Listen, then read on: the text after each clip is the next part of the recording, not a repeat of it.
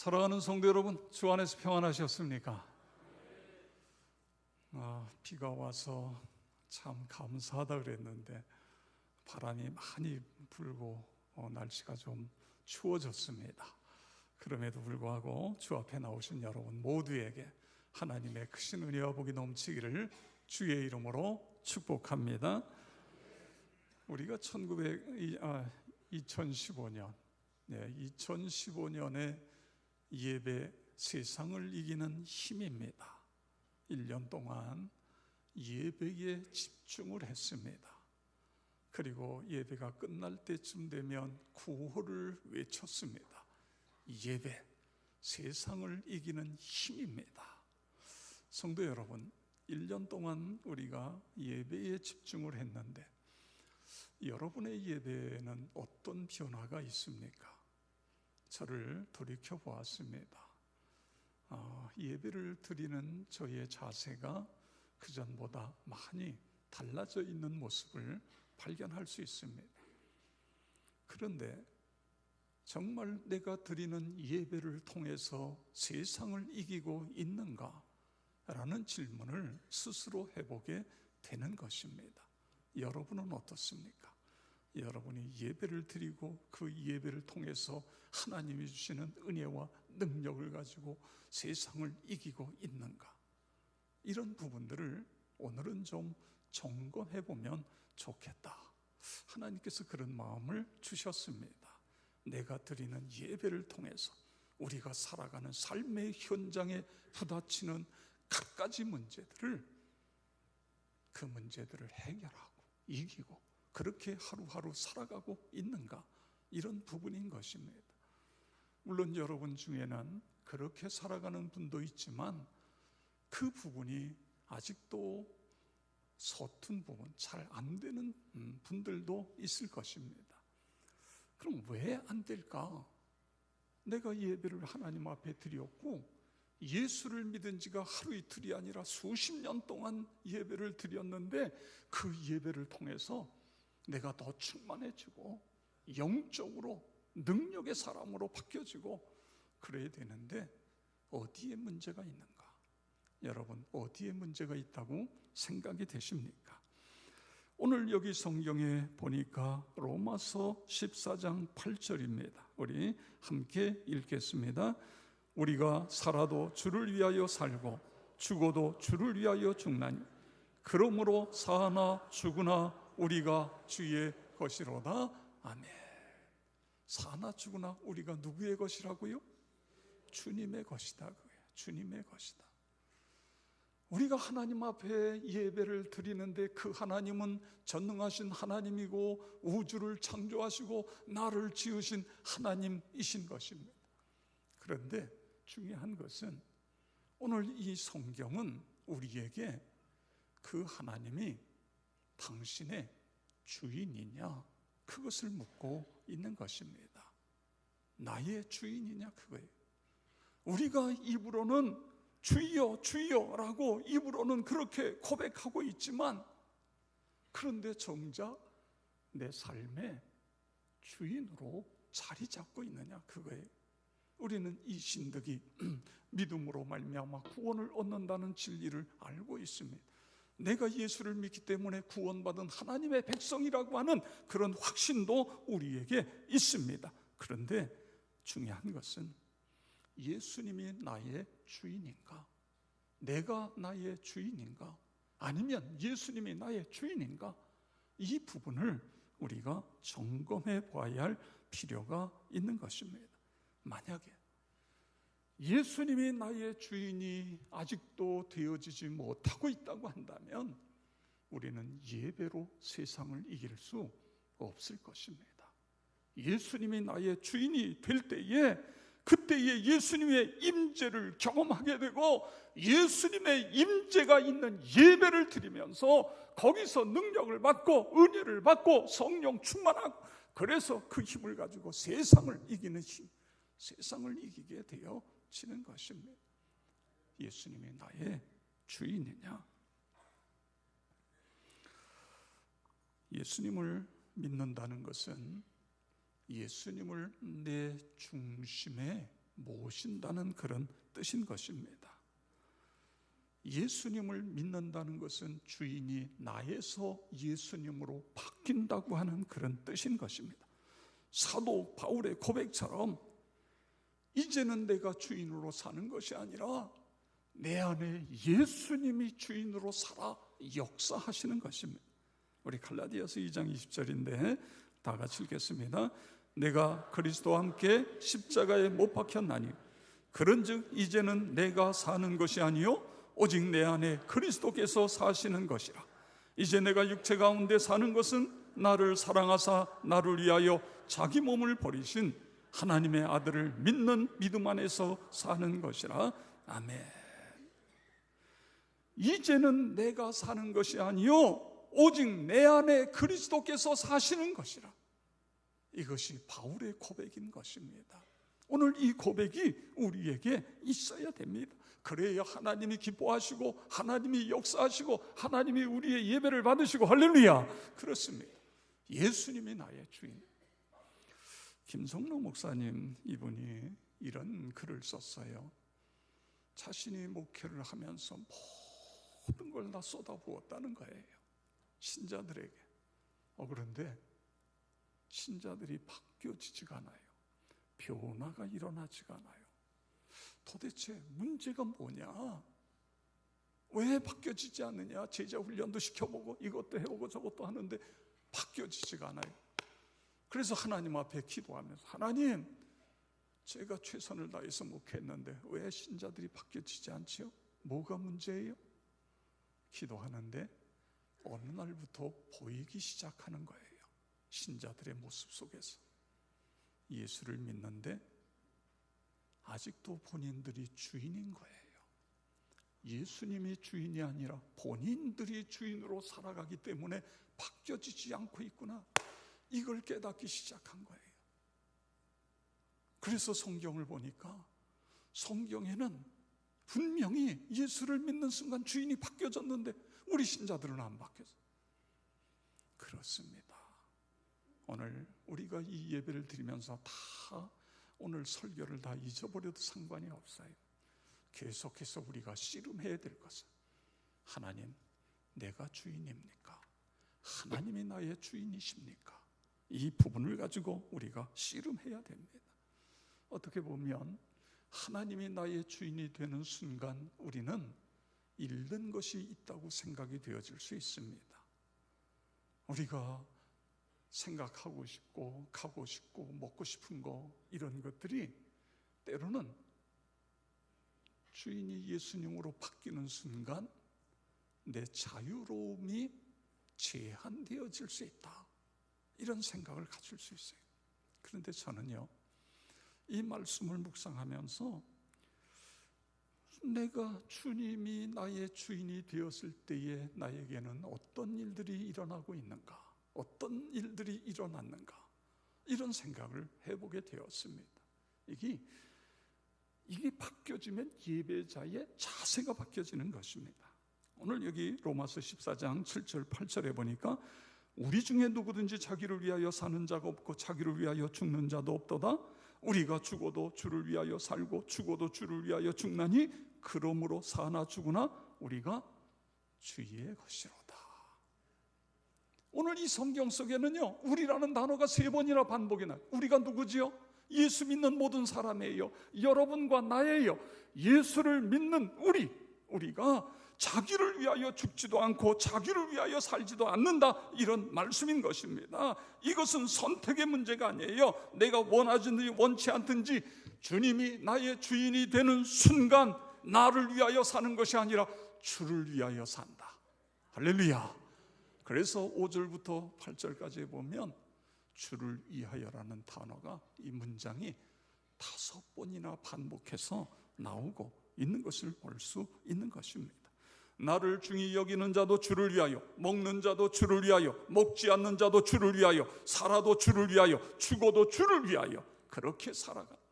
이런 삶이 될 때에 그 예배를 하나님이 받으시고 그 예배를 통해서 세상을 이길 수 있는 힘과 능력을 주신다고 하는 그런 말씀인 것입니다.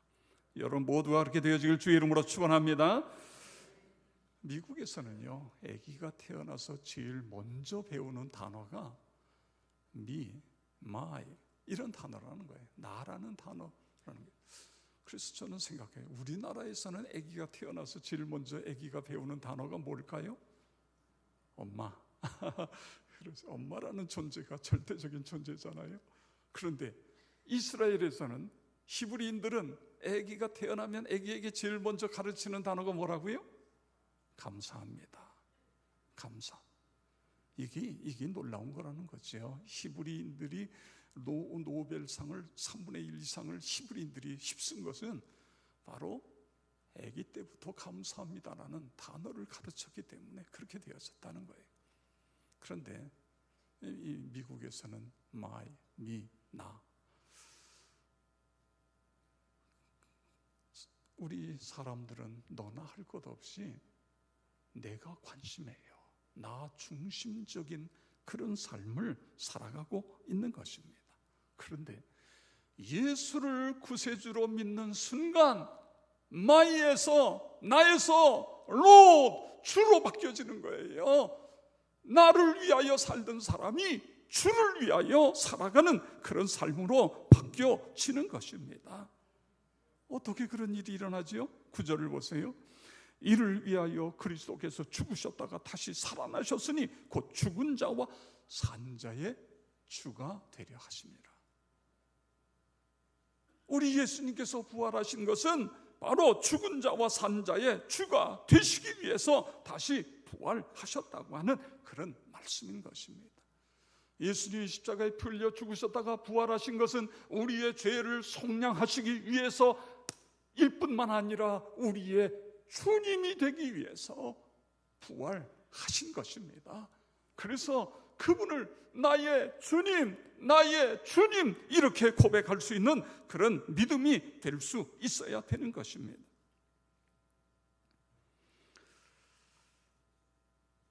예수님이 내 안에 들어오셔서 나의 주인이 되면 어떤 일이 일어날까요?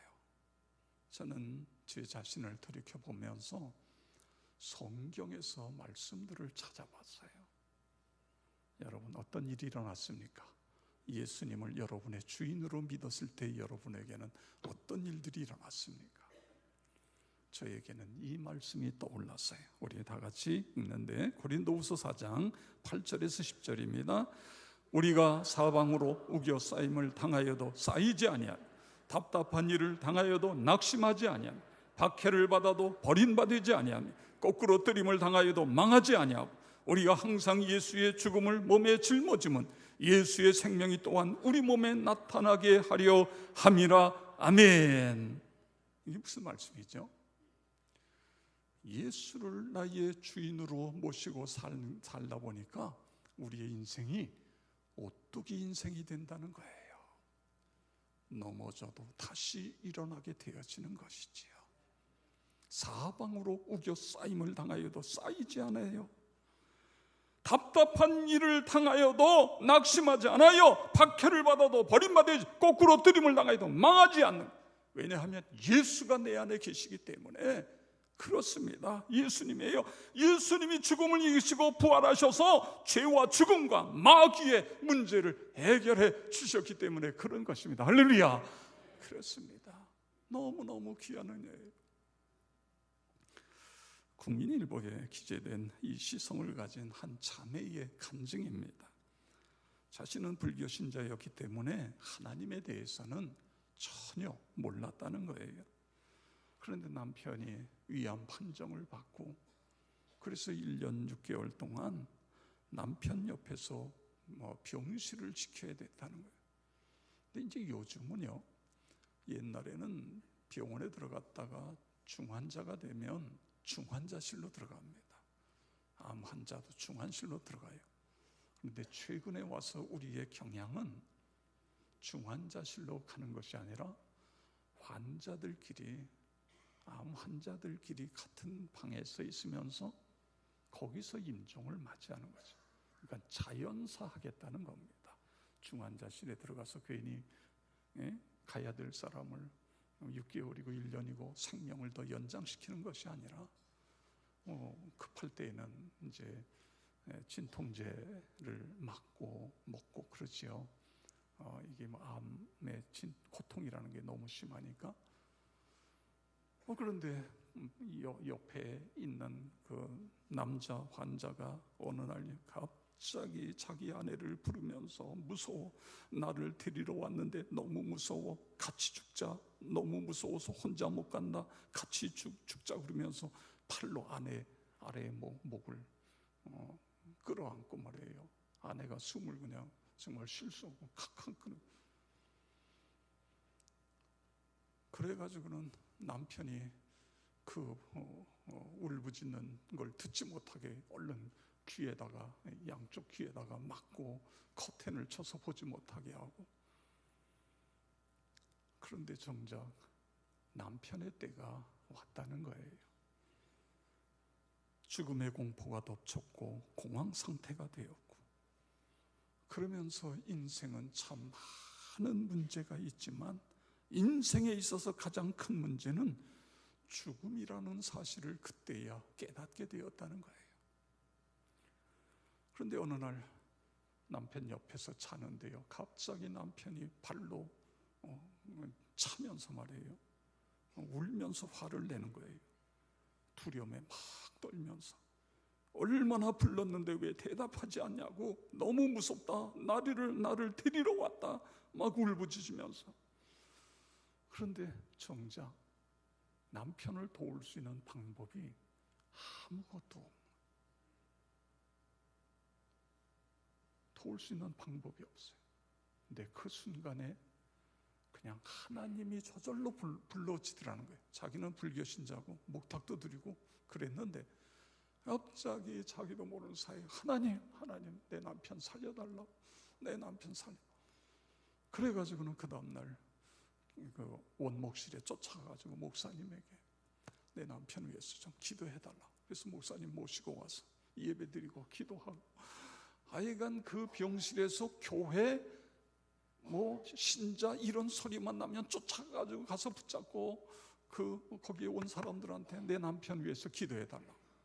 이것도 은혜예요. 정말 놀라운 은혜죠. 그렇게 하는데 어느 날 병원에 전도원 한 자매가 병원에 와서 전도하는 거예요. 이 병원 전도가 너무너무 중요한 것입니다. 그런데 이 자매가 와서 복음을 전하는 거예요. 두 사람에게 계속해서 예수님이 이 세상에 오셨고 우리 죄를 위해서 십자가에 대신 피 흘려 죽으셨다가 3일 만에 부활. 그런데요, 자기는 기독교의 기자도 모르는데 부활이라는 단어가 순간적으로 자기하고 아내의 마음에 꽂혀버린 거예요. 뭐야? 부활? 부활이 뭐지? 다시 살아? 죽음이 끝이 아니야? 다시 살아? 또 다른 세계가 있는 거야? 그러면서 결국은 그 전도하는 자매를 통해서 예수님을 영접을 한 거예요. 주인으로 모셔드린 거예요. 그런데 놀라운 일이 벌어졌어요. 자신에게 마음의 평화가 온 것은 물론이지만 그렇게 고통과 싸우고 울부짖고 하던 남편의 마음에 평안이 찾아오기 시작한 거예요. 예수 십자가, 예수 부활의 복음이 죽음의 공포를 무너뜨린 거예요. 죽음의 공포를 압제한 거예요. 남편이 평안을 찾게 되어지고, 그리고 있다가 정말 천사의 얼굴과 같은 그런 편안한 모습으로 하나님 나라에 가는 그 모습을 보았다고 하는, 부활의 신앙이 이렇게 귀하고, 그래서 마지막에 그런 글을 써요. 예수님이 나와 내 남편과 그리고 우리의 자녀들을 다 살리셨습니다. 할렐루야. 간증의 마지막이 그렇게 끝나고 있습니다. 성도 여러분, 예수님을 주인으로 모신 사람은 죽음을 이길 수 있는 것입니다. 세상의 사탄의 그 갖가지 괴계를 물리칠 수 있는 것입니다. 우리 성경 요한일서 5장 4절 5절인데 다 같이 읽겠습니다. 무릇 하나님께로부터 난 자마다 세상을 이기느니라. 세상을 이기는 승리는 이것이니 우리의 믿음이라. 예수께서 하나님의 아들이심을 믿는 자가 아니면 세상을 이기는 자가 누구냐? 아멘. 누가 세상을 이겨요? 예수님을 나의 주인으로 모신 사람들이 세상을 이기는 거예요. 여러분 그렇게 살아가시길 축원합니다. 그뿐만 아니라 예수님을 나의 주인으로 모시고 사니까 어떤 일이 일어나요? 날마다 새로워지는 거예요. 날마다 새로워지. 이 사도 바울의 고백인데 우리 고린도후서 4장 16절 다 같이 읽습니다. 그러므로 우리가 낙심하지 않으니 우리의 겉사람은 낡아지나 우리의 속사람은 날로 새로워지도다. 아멘. 우리의 겉사람이 뭐지요? 외모예요. 외모. 세월이 가면 어쩔 수 없이 우리의 외모는 낡아질 수밖에 없어요. 그런데요, 여러분 가만히 보세요. 예수를 열심히 잘 믿는 사람과 안 믿는 사람을 비교해 보세요. 예수 잘 믿는 사람은 최하 10년은 젊어 보여요. 그러니까 우리의 겉사람은 낡아지는데 속도가 느려요. 이게 은혜예요. 그런데 여러분 더 큰 은혜가 뭐예요? 속사람이 날마다 새로워지는 거예요. 이 속사람이라는 표현은 사도 바울이 처음 만들어낸 단어인 것 같아요. 예수 믿지 않는 사람에게는 속사람이라는 단어를 쓰지 않아요. 우리 예수 그리스도를 믿는 사람이 속사람, 우리의 심령이 날마다 새로워지는 거예요. 그래서 우리가 나이는 들지만 예수 그리스도 안에서 늘 청춘으로 살아가는 그런 삶을 살아가게 되어지는 것입니다. 그런데요, 여기에 속사람이 날마다 새로워진다고 하는 건 이런 뜻이 있어요. 예수님을 닮아간다. 하나님이 우리에게 기대하시는 게 뭔지 아십니까? 거룩이에요. 내가 거룩하니 너희도 거룩할지어다. 그런데 여러분 우리가 어떻게 거룩해져요? 예수님을 나의 주인으로 섬기고 살아가다 보면 날마다 새로워지기 때문에 거룩해지는 거예요. 성결해지는 거예요. 그래서 하나님의 임재가 임하게 되어지고, 그래서 능력 있는 삶을 살아가게 되고, 그들이 드리는 예배를 통하여 세상을 이기게 되어지는 것입니다. 예수님을 닮아요. 그뿐만 아니라 예수님을 나의 주인으로 모시게 되면 상급이 있어요. 상급. 우리가 이 땅에서 살아가면서 많은 은혜가 있죠. 고린도후서 6장 9절에서 10절인데 우리 다 같이 6장 읽겠습니다. 무명한 자 같으나 유명한 자요, 죽은 자 같으나 보라 우리가 살아있고, 징계를 받는 자 같으나 죽임을 당하지 아니하고, 근심하는 자 같으나 항상 기뻐하고, 가난한 자 같으나 많은 사람을 부유하게 하고, 아무것도 없는 자 같으나 모든 것을 가진 자로다. 할렐루야. 얼마나 은혜가 됩니까? 우리가 예수 믿는다는 자체가 이렇게 큰 축복인 거예요. 이렇게 되는 거는요, 왜 그래요? 물질적인 가치관을 가지고 있다가 복음의 가치관으로 바뀌어지는 겁니다. 이건 너무너무 중요해요.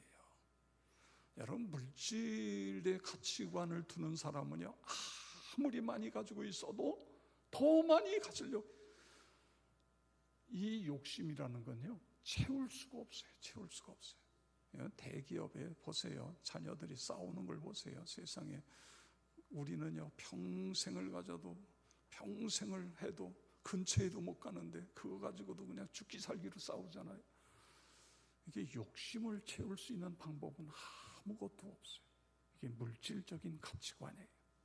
그런데 예수를 주인으로 모시는 순간 가치관이 예수님 중심으로 바뀌어지는 거예요.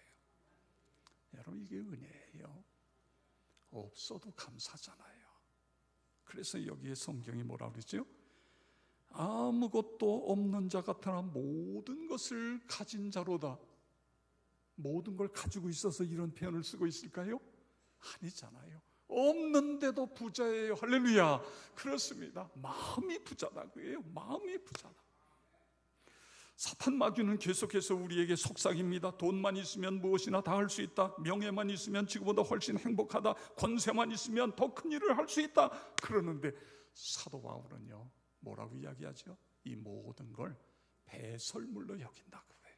가치관이 바뀌었기 때문에 이렇게 되어질 수 있는 것입니다. 성도 여러분, 복음의 가치관을 두고 사는 것 그 자체만도 귀한데 하나님은 그들에게 뭘 주세요? 상급을 주신다는 거예요. 상급을. 그래서요, 우리가 영혼을 구원하는 일을 힘쓰게 되면 기쁨과 자랑의 면류관을 주시겠다고 데살로니가전서 2장에서 말씀하고 있어요. 사람들을 예수의 사람으로 양육하는 사람에겐 영광의 면류관을, 베드로전서 5장에 고난 중에도 죽도록 충성하는 사람에겐 생명의 면류관을, 야고보서 1장에 그리고 자기를 부인하고 죄에 대해서 피 흘리기까지 싸우면 썩지 아니할 면류관, 고린도전서 9장에 그리스도의 재림을 사모하며 선한 싸움을 마치고 믿음을 지킨 사람에게 의의 면류관을 주신다. 우리 성경을 볼까요? 디모데후서 4장 7절 8절인데 다 같이 읽겠습니다. 나는 선한 싸움을 싸우고 나의 달려갈 길을 마치고 믿음을 지켰으니 이제 후로는 나를 위하여 의의 면류관이 예비되었으므로 주 곧 의로우신 재판장이 그날에 내게 주실 것이며 내게만 아니라 주의 나타나심을 사모하는 모든 자에게, 여러분과 나에게도 이 면류관을 준다는 거예요. 5가지 면류관을 이야기했어요. 이 이야기는 무슨 이야기냐면 천국을 준다는 겁니다. 천국을 주실 뿐만 아니라 천국에 가서 면류관을 받는다는 거예요. 누구에게요? 예수님을 주인으로 모신 사람들에게. 여러분 어떻게 하시겠어요?